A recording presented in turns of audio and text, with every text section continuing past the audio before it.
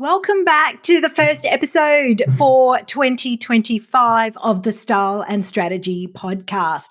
It is a brand new year, and I know so many of you right now are setting goals around maybe your career, leadership, and personal growth. But what about your personal brand and your style? These are areas that traditionally people don't really think about in terms of setting goals around this, but it's such an important area. The way you show up visually, energetically, and strategically can really play a huge role in your leadership presence. And today we're going to set some clear goals and make sure your brand and style match that leader you are becoming this year. So, what you're going to take away from this episode is how to set brand, style, and leadership goals that stick, how to use a concept called the life wheel to make sure your personal brand really aligns with all areas of your life. And I'm going to run through a little bit of a step-by-step process to set and track your goals for the year. So many people can either set like vague style goals or vague sort of brand resolutions. And today is really getting into it to make sure that you're going to turn these vague ideas into something more tangible and concrete so that you can end up having a really successful year ahead. So let's get started. Welcome to the Style and Strategy podcast, where personal brand meets leadership and style.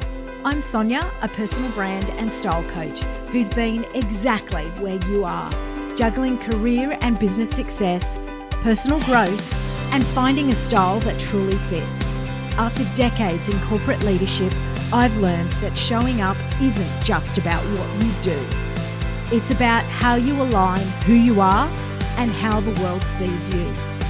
This season, I'm bringing you practical strategies, bold insights, and honest conversations to help you amplify your presence, unlock your next level, and lead with clarity and confidence. Let's dive in.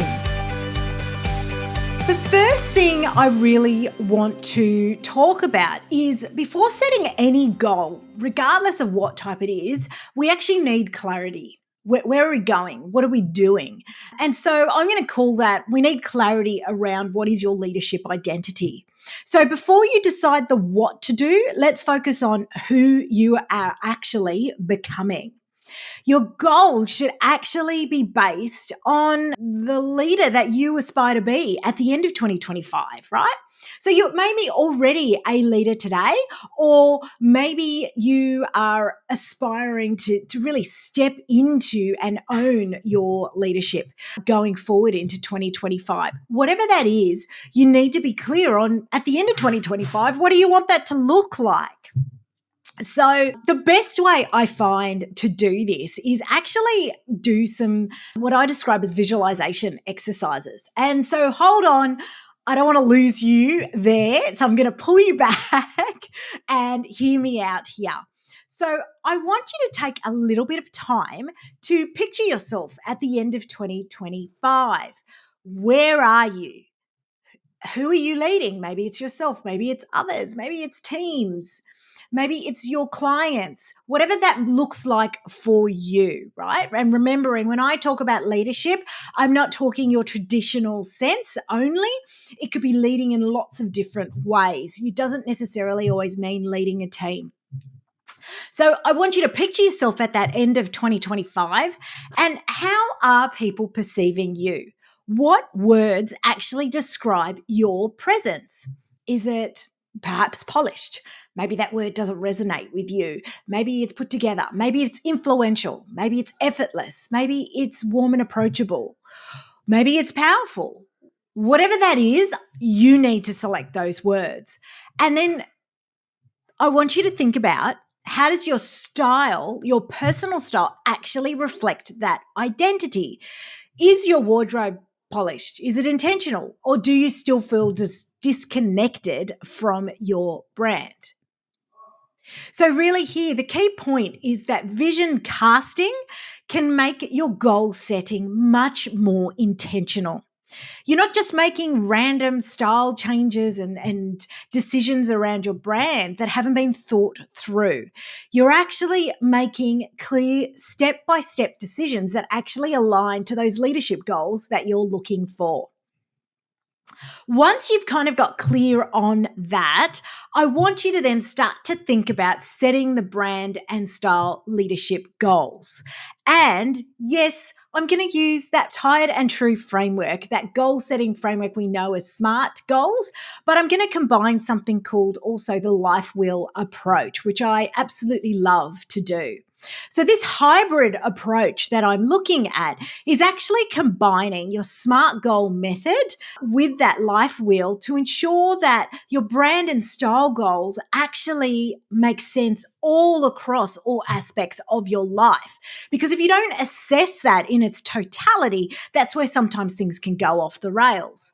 So, number one, I want you to actually start to identify key focus areas using, again, what I'm calling the life wheel method. Now, this is a cut down version of that. I go into a lot more detail with my clients, especially those in my membership, where we cover off these at the beginning of each year and then come back to revisit them. So instead of setting random goals, I want you to be looking at the bigger picture first. So we're going to cover off on four key areas, one being career and business growth, one being personal growth, the other being health and well-being, and then networking and social presence. And so let me break down each one of these for you.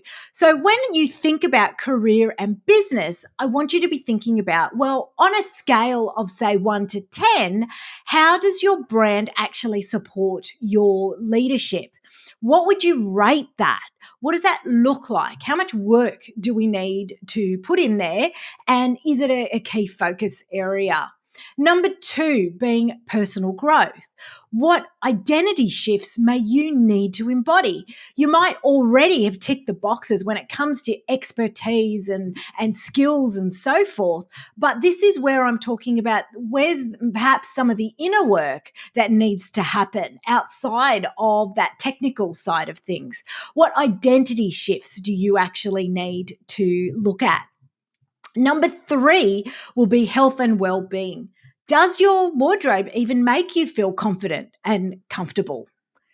If it doesn't, so remember you're doing your rating scale 0 to 10, then we're going to start to set some measurable goals around that if that's a key area. And then finally, that networking and social presence. Are you showing up, as your powerful true self, whether that's online, if you happen to be more of an entrepreneur and it's online, but think about it also in the context of maybe you've got virtual meetings, maybe you've got connections overseas that you're connecting with, via Zoom, etc. Or maybe it is, if you are on social media, etc. So, how is that working out there? And then in person, how are you showing up when it's in a meeting with a large group of people? Perhaps it's in a boardroom setting. Perhaps it's in your team meeting. Are you showing up differently in those scenarios? And what's kind of an area that may need some focus? So I want you to pick three or four of those key areas where your brand and style need the most growth. And then step two will be setting specific measurable goals, right? So using that SMART method. And many of us are pretty familiar with the SMART method if you've used it before, whether if you've been in a corporate setting or perhaps not. But effectively, it's about just making sure that those goals are specific, measurable, achievable, relevant, and time bound using the traditional definition of it. I like to really think of it more simply in that if you go out and say, I want to improve my style, well, how are you going to know that success has happened or that it's working for you if you're not clear around what do I actually want to achieve about that? So another example here, if you're more specific, it might be I want a better wardrobe, but instead you might want to say, actually, I've heard about a capsule, so I want to build that capsule wardrobe with 10 pieces by when? March, for example. That's your goal. It might be in terms of a measurable side of things, I really want to update my LinkedIn photos and bio, and I'm going to rewrite that by the February 1st. Or achievable, I am going to book a personal branding session, and I'm going to sit down and work with someone by quarter 2. So I'm very clear. What is my signature look? What does that look like? And then I'm going to potentially upgrade some of my brand photos. Relevant might be I want to step into a leadership role. Why? So I can refine my executive presence by when, that might be quarter 2. It's, much more specific. And then finally, another example around time bound. I want to complete a wardrobe audit, remove all those outdated pieces by the end of January. So I want you to write down one specific goal across those 4 life wheel categories. And so that way you can actually have something to work towards. Then step 3, when thinking about setting these goals, is sometimes we put these goals out there and it still feels like, whoa, okay, there's a bit to get through here. I don't even know where to start, right? So I want you to think about breaking your goals into really small, manageable steps, right? Because that saying, how do you eat an elephant, which is a really strange saying, but, it's piece by piece. And so the same thing goes. So if you've set your goal is to refine your executive wardrobe by quarter 2, then what are the steps that are going to go there? And if you're not clear around that stuff, then that's when you're going to find a coach, an expert to help and support you, to guide you through those steps so you can get there faster. But in this example, it might be by, say, January, you want to do your wardrobe audit, you want to donate the non-aligned pieces. February, you're going to start looking at some of your staples, you're going to define your brand colors. March, you might go, okay, now I'm ready. I'm really clear. I'm going to go purchase those key investment pieces and I'm going to update my bio. There might be a whole list of activities associated with that. So for each goal, I want you to then list 3 small steps you can take in the next 30 days. And I say 30 days is because that gives you enough of a time frame to try to target to fit those things in between your busy lifestyles. I know you're juggling probably, demanding work commitments as well as family and home life. So putting that all together, you want to give yourself some time so those goals become and feel much more achievable. And then step 4, the most important thing is tracking your progress and adjusting as you go along. So the big thing here I want to call out is things happen, life happens, and that is okay. So you just have to give yourself slack or flexibility around, well, these are the steps that I said I was going to take and something's happened, so I'm going to have to shift forward. But if you don't know how you're actually tracking along, you won't be able to easily identify that. So you might want to write down weekly, how perhaps those shifts are making you feel. Is it working for you? Isn't it? Do you need to make some changes? You want to know where you were at the beginning and how you are now. Has there been a step change? So that way you can feel like you have accomplished something.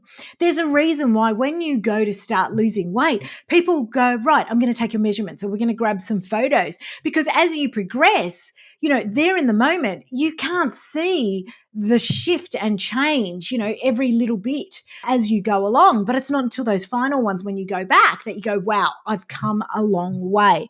And it's all those simple shifts in the moment that you've done that makes up that bigger transformation. So finally there, also think about setting some quarterly brand check-ins to refine your vision. And so pop that into the calendar. And so you can actually check from 90 days from now, where will you be? Because you've put out there already your big goal of what your 2025 end of year vision will be, and stretch yourself on that, because the more you can stretch yourself out there, the more you will come as you go through. And then finally, your action step today. So we're just going to recap here is 1, take 10 minutes, no more than 10 minutes to reflect on your brand and style leadership goals for the year. I want you to pick one goal. Write down what your first action step is. And then if you need some accountability about that, DM me, drop me a note, let me know, tag me on Insta or LinkedIn, and let me know what you have decided your focus area is going to be for 2025. This is the start of an incredible year for you. And if you want to go deeper with this work, I've got a free brand and style audit call. In 30 minutes, we could go through and identify what some of those gaps are and what the strategy going forward will be. But please follow along on Instagram, LinkedIn, or here on the podcast. I'd love to hear from you and let you know how you're going with everything. So just remember, style isn't just about fashion or just looking good. It's about giving you the confidence and using it as a tool to really step into the leader that you already are and owning that. So let's make 2025 that year where you fully take control, feeling confident and, of course, powerful.